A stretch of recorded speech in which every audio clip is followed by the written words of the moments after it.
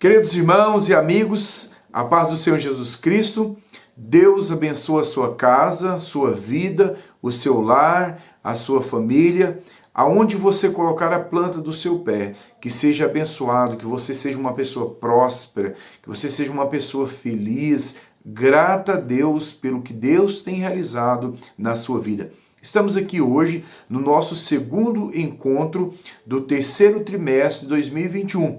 Esse segundo encontro da EBD, a Escola Bíblica das Assembleias de Deus. Durante esse trimestre, o comentarista pastor Clayton trouxe aqui para nós um tema maravilhoso. E nesse segundo encontro nosso, o tema é o reino dividido, Jeroboão e Roboão.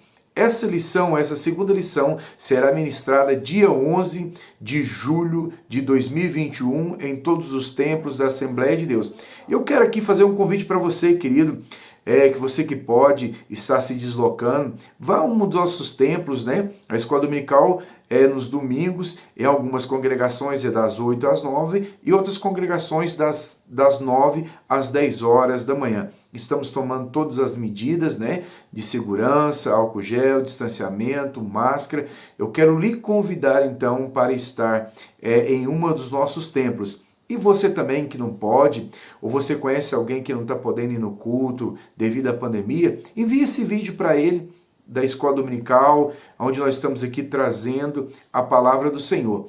Eu quero te convidar você, meu querido, para ir até o final desse vídeo. Quero te convidar para você estar comigo durante esses 3 meses nessas pré-aulas. Você professor, você superintendente. Quero te convidar, você que tem usado as minhas aulas aí como uma das suas fontes, né, de recurso. Quero te agradecer, louvar a Deus pela sua vida também. Então vamos lá para essa aula de hoje.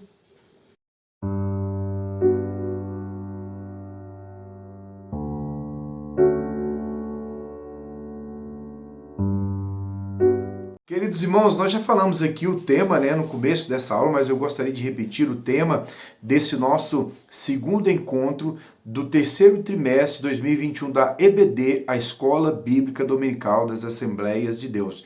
O tema dessa lição é o reino dividido, Jeroboão e Roboão. Queridos, o texto áureo, né, e se encontra em Provérbios capítulo 19, versículo de número 21, que nos diz assim: muitos propósitos há no coração do homem, mas o conselho do Senhor permanecerá. A verdade prática, que é aquele momento filosófico, né, que eu costumo dizer que é a chave da lição, onde o comentarista ele nos chama para uma reflexão antes da introdução da lição. Nos diz assim a verdade prática: os maus conselhos levam o homem à ruína, mas o conselho amoroso tem o poder de nos livrar da morte. Queridos, por aqui nós já começamos a entender aonde o Espírito Santo, né, usando a vida do comentarista pastor Clayton, quer nos levar a essa reflexão. Está falando sobre o bom conselho. Há um adágio popular, né, que diz que se conselho fosse bom, não seria dado, seria vendido.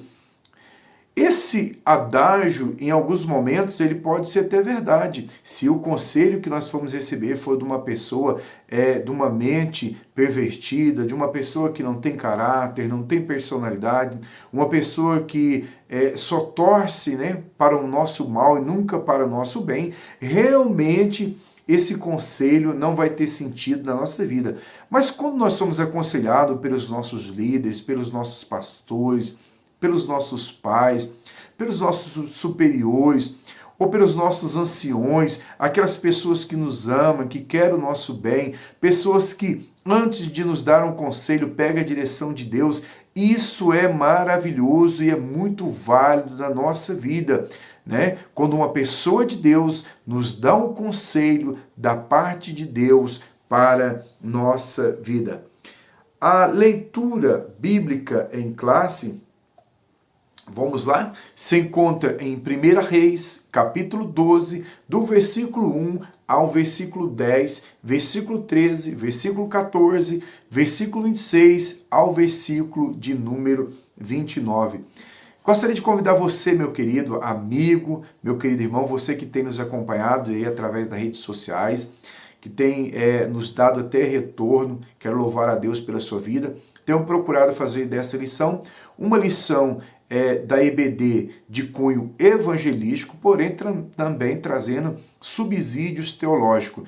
Espero que Deus esteja abençoando a sua vida, caro professor, caro aluno, caro mestre. Então vamos lá então, eu vou ler apenas alguns versículos, 1 Reis capítulo 12, versículo 1 a seguir, que diz assim: E foi Roboão para Siquém, porque todo Israel veio a Siquém para o fazerem rei. E sucedeu, pois que, ouvindo Jeroboão, filho de Nebate, estando ainda no Egito, porque fugir de diante do rei Salomão e habitara Jeroboão no Egito. Enviaram e o mandaram chamar, e Jeroboão e toda a congregação de todo Israel vieram falar com Roboão, dizendo: Teu pai agravou o nosso jugo, agora, pois, alivia tu a dura servidão de teu pai e o seu pesado jugo que nos impôs, e nós te serviremos. Ele diz: Ide-vos até o terceiro dia, e voltai a mim, e o povo assim se foi. Queridos, então esse é o versículo bíblico, né? A chave para onde nós vamos estar pensando na lição de hoje. Eu costumo dizer que o versículo bíblico em classe é a base teológica, onde o comentarista ele usa para nós estarmos pensando dentro da lição. Já na introdução, e eu gostaria de ler aqui para nós começarmos, eu vou ler a introdução e depois já vou fazer um comentário de todo o primeiro tópico de uma só vez. A introdução diz assim: após a morte de Salomão em 1931 a.C., seu filho Roboão subiu ao trono. 1 Reis, capítulo 11, versículo 43. Ele foi o principal responsável pela divisão do reino em duas partes, o reino do norte Israel e o reino do sul Judá. A fatídica história de insensatez desse rei nos mostra as consequências de uma má decisão. Essa história nos ensina a dependermos cada vez mais de Deus em momentos de tomarmos decisões importantes da nossa vida. Queridos, gostaria de pensar um pouco aqui com os irmãos, já aqui na introdução, sobre isso. Quando você toma decisão, você vai tomar decisões na sua vida, você procura orar antes? Você, querido amigo, querido irmão, querido professor, você que está me ouvindo, procure tomar as decisões na sua vida debaixo de orações. É bem verdade que algumas decisões que nós tomamos, não dá tempo de proferir a Deus ou de pensarmos em orar a respeito dessas decisões, tendo em vista que em cima é por isso que nós temos que sempre estar orando e pedindo a Deus para que Deus nos ajude a tomar decisões sábias. Quantas pessoas, queridos, que fracassam, quantas pessoas que caem em momentos ou em situações difíceis, porque antes de tomar decisões importantes na sua vida, tanto importantes como pequenas, não procura a direção de Deus na vida. É bem verdade que ainda que eu esteja orando, há momentos que eu serei provado, eu passarei por provações. É bem verdade que há momentos eu vou tomar decisões erradas, mas quando eu oro e procuro direção de Deus na minha vida, a chance de obter sucesso é bem maior do que quando eu deixo de orar e tomar as minhas decisões debaixo de orações ou debaixo da direção de Deus. Queridos, então voltando para esse contexto, nós falamos aqui na nossa primeira aula, do terceiro trimestre de 2021 da EBD, nós falamos no vídeo anterior, nós trouxemos aqui um resumo histórico, Nós atualizamos os irmãos, trouxemos desde Gênesis até 1 Reis. Falamos aqui sobre o período dos juízes, o período da teocracia, ou o período que é chamado período da anarquia de Israel, aonde houve essa transição, onde nós falamos que Samuel fez a transição do período da anarquia ou do período da teocracia para o período da monarquia teocrática.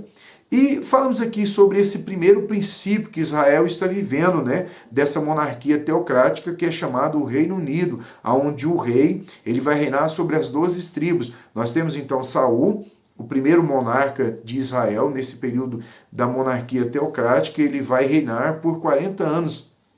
Depois nós temos Davi, reinando aí por 40 anos também, e é dentro do reinado de Davi que Deus faz uma promessa para Davi, que os seus descendentes reinaria em seu lugar. E é baseado nesta promessa é que nós vemos então Salomão assumindo o trono também de Israel e reinando sobre as 12 tribos também. De forma aí, queridos, que nós vamos ter aí cerca de 120 anos de reinado entre Saul, Davi e Salomão. Nós vamos ter 120 anos, onde a nação vai ser uma nação, um reino que é chamado Reino Unificado. Falamos na lição passada sobre a sabedoria de Salomão e sobre a construção do templo a qual ele colocou no seu coração de construir ou edificar uma casa ao Senhor.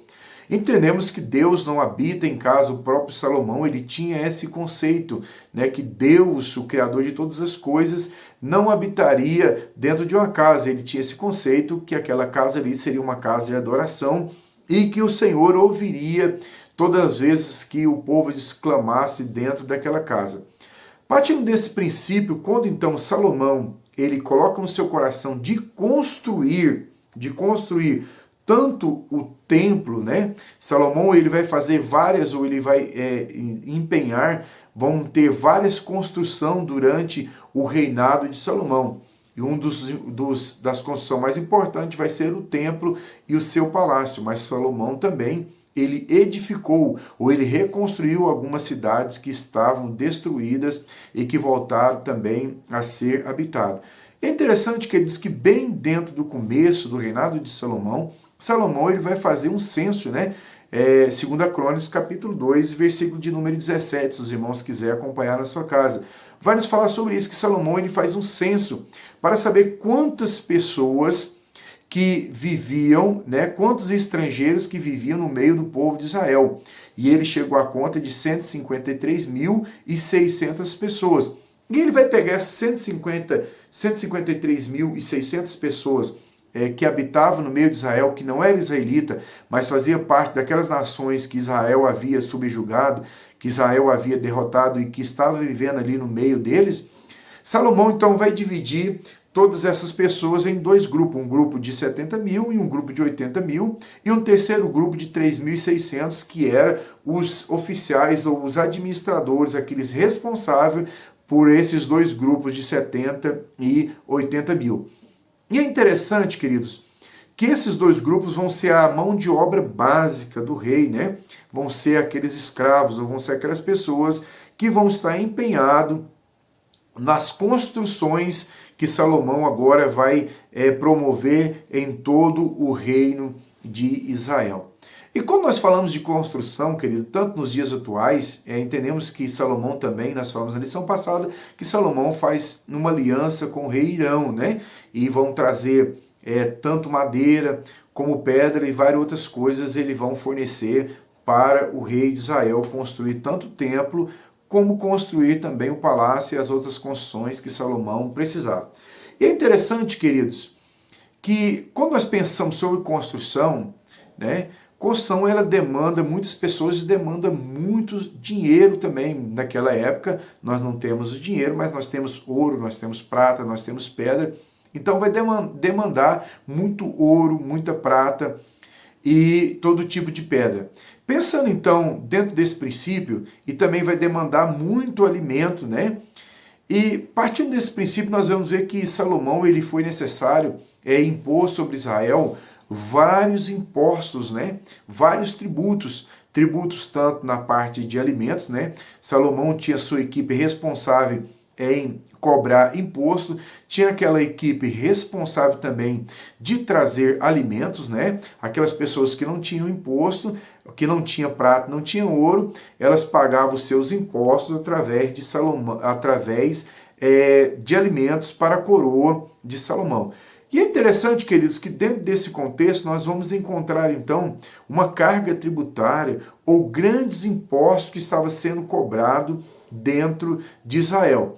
Então, uma das coisas, né, que vai levar à divisão, que nós vamos encontrar lá na frente, a divisão, que é o tema da lição de hoje, a divisão do reino, né, o que vai levar o Cisa, né, a repartição, o que vai levar esse reino a se dividir em dois reinos, formando o reino do norte e o reino do sul. Uma das coisas que vai levar foram esse tempo, né? Salomão ele vai passar o seu reinado quase todo construindo, reformando, né? São várias cidades que vão ser reformadas, reconstruídas uma atrás da outra e várias construções. Só o templo em Israel levara 7 anos para ser construído. O palácio também vai levar 13 anos para ser construído. De forma que o escritor, né, o autor bíblico, o autor sagrado, vai nos dizer que só de construção entre o templo e o palácio de Salomão foram 20 anos de construção. Partindo desse princípio, meus, aí nós vemos como é que Salomão, o quanto de dinheiro, o quanto de ouro e de mão de obra, e o quanto que foi de impostos, né, de alimentos que foram para tratar esses homens durante 20 anos de construção. Imagine, 153 mil homens, né, só aqui direto, e os indiretos que estavam envolvidos nessa obra. Quantos oficiais? E muitos outros que estavam envolvidos em toda essa construção. Então veja, a máquina ficou pesada, né? Nós vivemos no país, né, no Brasil, quando nós falamos que a máquina está pesada, né?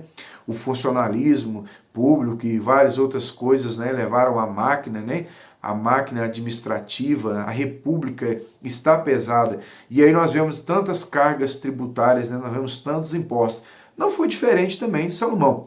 Quando nós pensamos sobre Salomão, entendemos também que Salomão, aonde ele arrancava, ou da onde ele trazia o seu dinheiro, entendemos que Salomão também ele tinha uma frota, né? O texto do escritor sagrado nos diz que Salomão também tinha uma frota de navio. E junto com o rei Irão, ele tinha ali um acordo dos dois, aonde ele forneceu, né? O rei Irão forneceu bons marinheiros, e eles vão sair em algumas nações, em algumas regiões, vão explorar alguns lugares e vão trazer ouro também, de forma que Salomão vai ser suprido também com ouro, trazendo de outras partes, a não ser de Israel, estava sendo trago ouro também. Quando nós vamos para o texto sagrado também, querido, nós vamos entender algumas coisas a respeito de Salomão e o que levou a essa carga tributária, por que foram tantos impostos.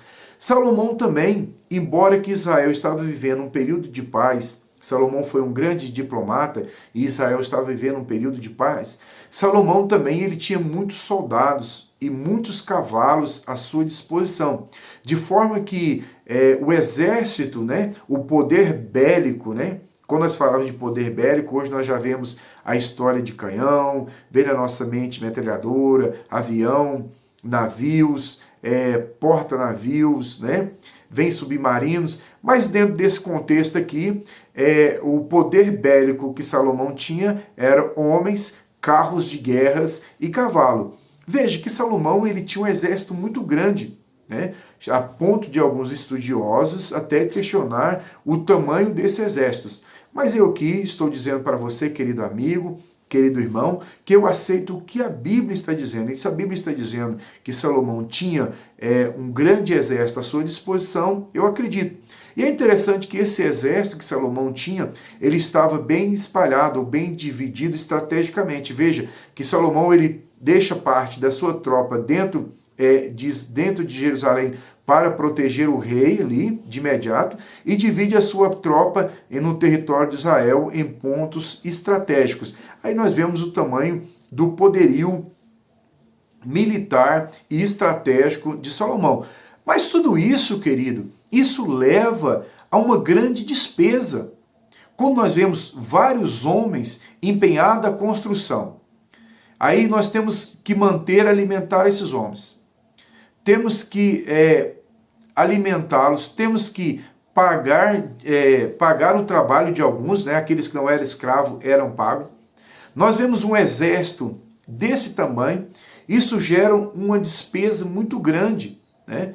Embora que Salomão fosse um grande diplomata, e quando nós pensamos sobre essa diplomacia de Salomão, nós vemos também uma coisa muito interessante, que Salomão era um grande comerciante. Por que ele era um grande comerciante? Diz no texto o escritor sagrado que Salomão comprava, né, cavalos, né, traziam cavalos de algumas regiões e traziam também carros de guerra do Egito, né, de forma que ele trazia carros de guerra do Egito e trazia cavalos de outras regiões e vendia para aqueles reis, né, que havia ali perto de Israel. De forma que Salomão ele tinha várias fontes para manter a máquina funcionando. Querido, mas por mais que a máquina estivesse funcionando, nós vemos que o povo de Israel estava pagando uma carga tributária muito grande, ou os impostos que estavam postos sobre Israel foram impostos muito grandes. E aí nós vamos encontrar aqui também, queridos, o terceiro problema que eu entendo dentro desse contexto, que vai levar à ruptura também do reino, né, que levou a criar o reino do norte e o reino do sul. E esse talvez seja o maior problema que nós vamos encontrar nas escrituras, que é o grande harém do rei Salomão. Veja bem, Salomão ele casou-se com 700 princesas e tinha 300 concubinas. Até aí o escritor, ele não está aqui trazendo de uma forma pejorativa a questão desse harém que Salomão tinha. O que o escritor leva em consideração aqui, o problema maior do harém de Salomão, não foi nem tanto de mulher que ele tinha. Mas o problema foi que Salomão casou com as mulheres hetéias, com as mulheres moabitas, com as mulheres de Amon, com as mulheres de Edom e com as mulheres de Sidom, sem contar com uma das filhas, né, do faraó do Egito. Algumas pessoas, quando chegam nesse contexto, eles têm dificuldade de acreditar que Salomão, ele se casara, ou que Faraó tinha dado uma das suas filhas a Salomão. Mas o escritor sagrado aqui, ele faz questão de enfatizar que Salomão casou-se ou ganhou uma das filhas de Faraó em casamento. Então, queridos, nós não vemos o tamanho do poderio, né, de Salomão, o tamanho da riqueza de Salomão, e através do seu harém também nós vemos o tamanho da despesa que Salomão tinha. Então, ajuntando as suas construções, ajuntando o seu exército e levando em consideração o seu harém, nós vemos o tamanho da despesa que Salomão tinha para gerar toda essa máquina. E o problema maior aqui que nós vamos entender o porquê que levou então Salomão, ou que levou à ruptura realmente do reino, né, ou que levou a se dividir entre reino do norte e reino do sul, foi justamente o problema veio do harém de Salomão.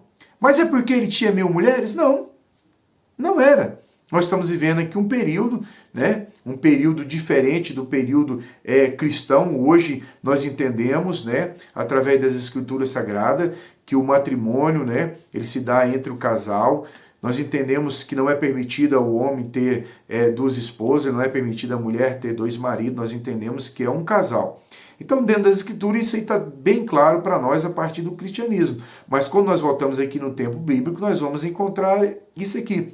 E o problema vem justamente do harém de Salomão. É porque ele tinha muitas mulheres? Não. O problema não foi esse. O problema é que Salomão casou-se com mulheres estrangeiras. E essas mulheres estrangeiras foram que levaram Salomão, ou perverter o coração de Salomão. Salomão, então, querendo agradar a essas mulheres, ou essas mulheres corromperam o coração de Salomão, levando Salomão, então, a adorar a outros deuses, ou a adorar os deuses das nações que essas mulheres vieram.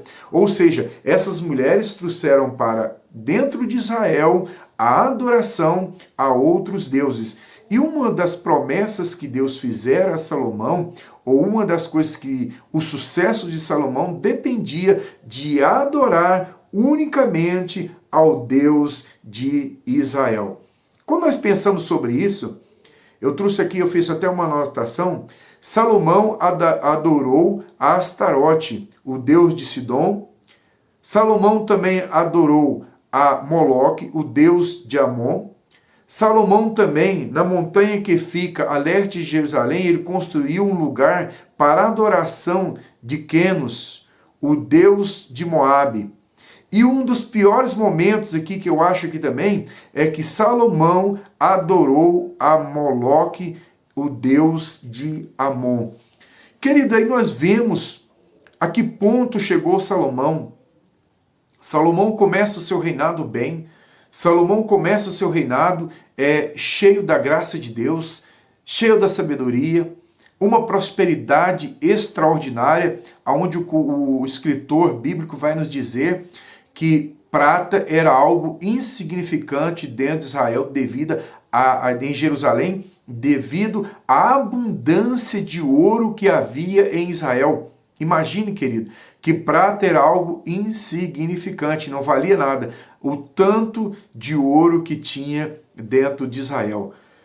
E nós entendemos que ele começou muito bem, mas o problema de Salomão foi se entregar, ou desobedecer a palavra de Deus. E Salomão desobedece a palavra de Deus, adora outros deuses, e justamente é do harém de Salomão que veio os problemas maiores que Salomão vai enfrentar. A ponto, que é o ponto que eu acho mais crítico, é de Salomão adorar a Moloque, o deus de Amon. Querido, quando nós pensamos sobre isso, sobre Moloque, nós vemos que Salomão, entendemos que Salomão ofereceu, pelo menos a adoração a esses deuses, era oferecido também crianças nesses rituais. Aí nós vemos um homem de Deus que começou de uma forma extraordinária, cheio do Espírito Santo, com toda a humildade, com toda a reverência, com toda a sinceridade, mas que o poder levou ele à ruína. E falando sobre isso, quando então Deus ele fala com Salomão que o seu pecado era a sua ruína e que Deus iria dividir o seu reino, ia dar ao seu companheiro. E é interessante que quando Deus então ele fala para Salomão que ia dar o seu reinado para o seu companheiro, e ele vai falar que é para um oficial. Então Deus se manifesta a Salomão para dizer que Salomão seria punido, que o seu reinado seria dividido.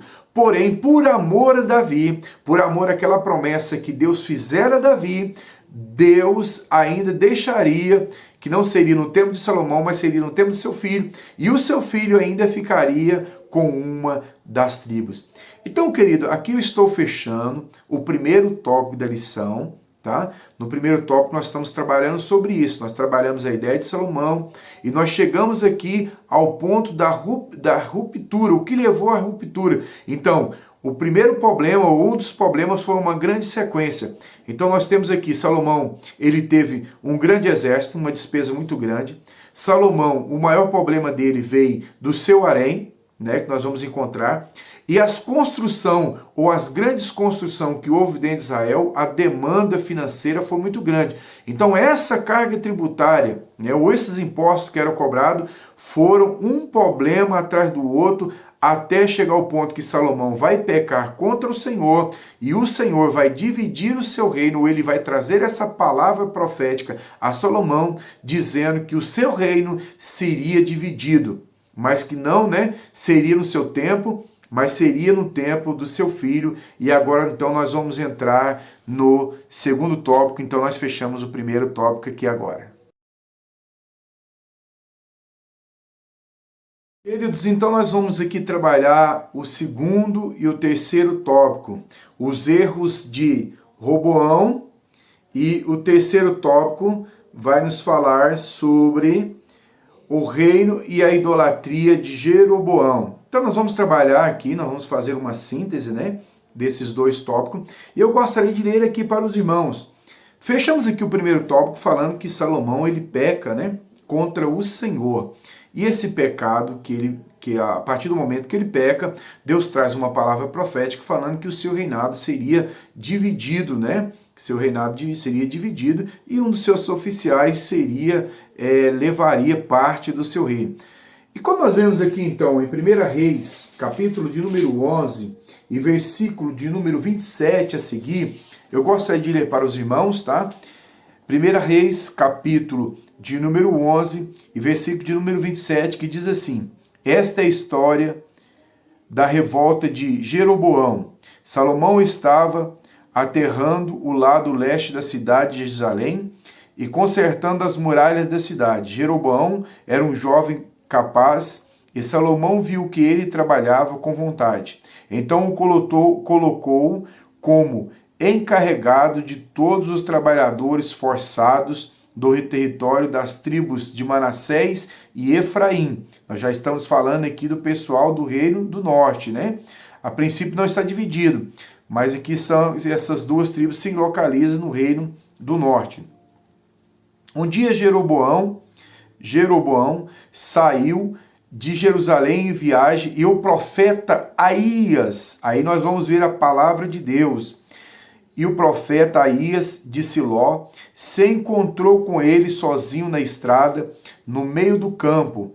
Então Aías tirou a capa nova que estava usando, cortou-a em 12 pedaços e disse a Jeroboão: fique com 10 pedaços, porque o Senhor, o Deus de Israel, está lhe dizendo o seguinte: eu vou arrancar o reinado da mão de Salomão e vou dar 10 tribos a você.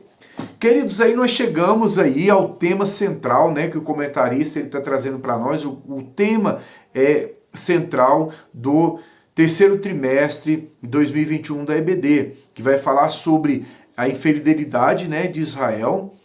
Mesmo diante da infidelidade de Israel, nós vamos ver a fidelidade de Deus. Mesmo em meio aos pecados que Israel comete, Deus ainda estava sendo fiel, porque Deus, através de Israel, através da promessa feita a Davi, iria trazer o Salvador, o nosso Senhor e Salvador Jesus Cristo. Veja, queridos, é por isso que nós chamamos, então, esse período de monarquia teocrática, porque em momento nenhum Deus está fora do controle. Mesmo esses homens que Deus escolhera para ser rei, pecando, se afastando da presença do Senhor, mesmo assim, Deus permanece com a sua promessa e todas as coisas estão sob o seu controle. Nós vemos aqui então o profeta Aías indo de encontro a Jeroboão. E esse indo ao encontro de Jeroboão, ele tira sua capa e faz toda essa linguagem, né? Essa linguagem de profeta, ele corta ela em 12 pedaços e manda Jeroboão pegar 10 pedaços e diz que o Senhor estava dividindo o reino de Israel e daria então a Jeroboão as 10 tribos. Então, queridos, quando nós pensamos sobre isso, Deus está no controle da história do seu povo. Quero deixar uma palavra aqui para você, querido amigo, querido irmão. Por maior que seja a nossa diversidade, por maior que seja a prova que nós venhamos a enfrentar, por mais difícil que seja, só Deus sabe o que eu estou dizendo para os irmãos, mas por mais difícil que seja, Deus está no controle de todas as coisas. Deus estava no controle da nação de Israel. Em nenhum momento Deus deixou de estar sob o controle da nação de Israel. Ainda que eles estavam pecando, desobedecendo, Deus ainda estava firme com a sua promessa para esse povo. Então vemos aqui que Deus, ele faz essa promessa a Jeroboão, ele escolhe Jeroboão para reinar sobre as 10 tribos. E é interessante que Deus vai falar para ele também que se ele obedecesse, né, Deus deixa bem claro que ele deveria obedecer, que ele deveria ser fiel, que Deus firmaria o seu trono sobre essas 10 tribos. E é interessante que aí nós vamos chegar então no segundo tópico, aqui nós trazemos todo esse contexto, para chegar aqui no segundo tópico, quando então Salomão ele falece, e o seu filho Roboão, então, vai reinar no seu lugar. Diz o contexto aqui que todo Israel veio até Siquém, né, para para ungir o rei, né, para reconhecer que Roboão seria o rei em todo Israel. É interessante que dentro do segundo tópico o comentarista vai trabalhar sobre isso. Que esse povo, eles vão escolher justamente Jeroboão como seu representante para estar diante do rei, para fazer o pedido, aquilo que eles almejavam, aquilo que eles esperavam desse reinado, né? Tendo visto que a carga, né, de imposto estava muito grande. Israel já não aguentava a carga de trabalho também, estavam trabalhando demais. Já não aguentava o tanto de construção, o tanto de trabalho. Eles queriam um alívio, queriam pagar menos impostos. E esperava que o rei ouvisse ou atendesse eles. E dessa forma, se o rei o atendesse eles continuariam sendo seu súdito. Porém, nós vemos que havia uma palavra profética sobre esse contexto. É interessante que, então, Roboão, ele despede o povo e pede para que o povo voltasse daqui a 3 dias, que ele ia pedir conselhos. E ele vai até aqueles sábios, aqueles homens que viveram, aqueles homens que fizeram parte da administração de Salomão, homens prendados, homens sábios, homens que tinham experiência na área administrativa, homens que sabiam o que estavam falando, homens que conheciam o povo de Israel, homens anciãos que tinham um conselho da parte de Deus para dar para aquele jovem rei que estava começando agora a reinar sobre Israel. E eles dão um conselho que o rei deveria fazer aquilo que o povo, né, aquilo que o povo estava pedindo. E se o rei fizesse, o rei teria o povo na palma da sua mão. E realmente teria. E vai nos dizer aqui o segundo tópico, então o comentarista ele trabalha essa ideia aqui para nós, o quanto Roboão foi ingênuo, ou quanto Roboão foi soberbo, o quanto ele foi imaturo, o quanto ele foi precipitado. Por que eu estou dizendo tudo isso?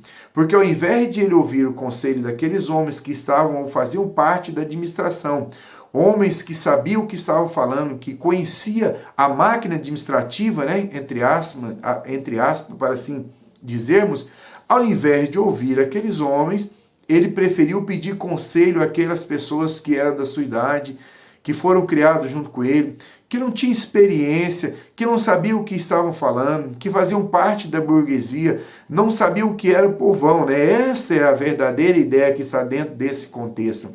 E aqueles homens deram o conselho que ele deveria era aumentar o jugo, ou deveria trazer uma palavra que se Salomão foi pesado a mão, só o dedinho dele seria muito mais pesado. Ou seja, o que ele estava dizendo que era que os impostos continuariam, que as grandes construções, que a mão de obra semi-escravo continuaria.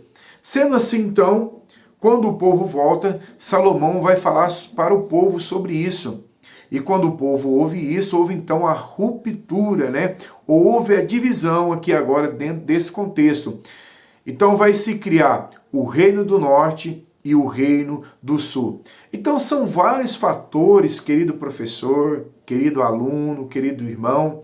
Então quando nós vamos para esse contexto bíblico, nós precisamos de levar vários fatores, ou seja, a divisão do reino, se formando o reino do norte e o reino do sul, foram vários fatores que levaram então à divisão do reino.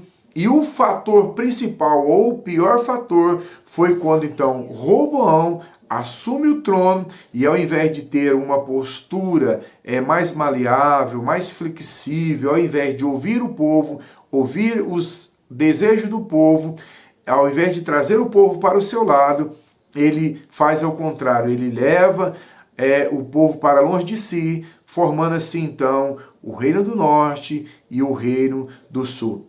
Então, a partir daqui, queridos irmãos, queridos amigos, né, nós vamos trabalhar sobre isso. Nós vamos trabalhar sobre duas perspectivas. Nós vamos trabalhar falando sobre o reino do norte, que vai ter uma dinastia, né, ou vai ter várias dinastias, vai ter muito sangue, muito derramamento de sangue. Nós vamos ver isso nas próximas lições.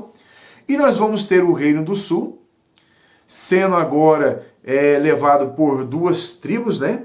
A tribo de Judá e a tribo de Benjamim, se não fugiu da memória aqui, tá? Pode ser que eu errei aqui, mas a princípio é a tribo de Judá e a tribo de Benjamim. Então nós vamos ver então o reino do sul sendo formado por essas duas tribos. Se eu errei, eu vou corrigir aqui, tá bom? Então nós temos a princípio o reino do sul sendo essas duas tribos. E quem vai reinar sobre o reino do sul, sobre essas duas tribos, são os descendentes de Davi, né? São os descendentes, todos os descendentes de Davi.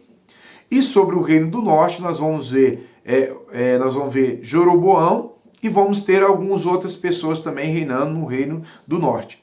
Então, querido, nós finalizamos aqui o nosso segundo tópico.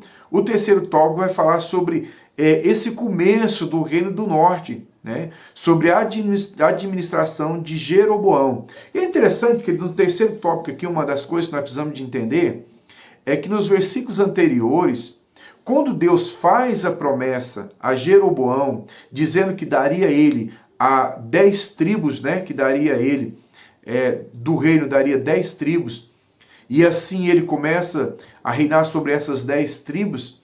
Quando Deus faz essa promessa está interligada à obediência. Mas é interessante, irmãos, como os reis de Israel eles são tendenciosos a esquecer que quem está no controle da monarquia, ou quem está no controle da história de Israel, é o Senhor. Eles são tendenciosos a esquecer tão rápido. Há uns versículos anteriores, Deus fala com Jeroboão, o rei Salomão fica sabendo, e por causa disso persegue ele foge para o Egito. Com a morte de Salomão, ele volta então do Egito, houve essa ruptura, ele começa a governar, mas automaticamente quando ele começa a governar, ao invés dele levar o povo, né, ao invés de levar as 10 tribos do norte à adoração, ele começa então a levantar altares dentro do reino do norte, adorando aos bezerros, né? Ele começa a levantar sacerdotes laicos ali também para oferecer sacrifícios. E esse é o contexto. Ao invés de servir a Deus, ao invés de obedecer a Deus, nós vemos então Jeroboão já desde o começo do seu reinado, desobedecendo e implantando a idolatria no reino do norte. Queridos, nas próximas lições nós vamos trabalhar a ideia do reino do norte, nós vamos trabalhar as consequências, né, da idolatria do reino do norte, até chegar ao ponto deles ser levados cativo, né? E depois de alguns anos é que o reino do sul vai ser levado também cativo, embora que o reino do sul vai ser levado para a Babilônia. E quando nós pensamos sobre os reis de Israel, para nós finalizarmos essa aula aqui de hoje, né?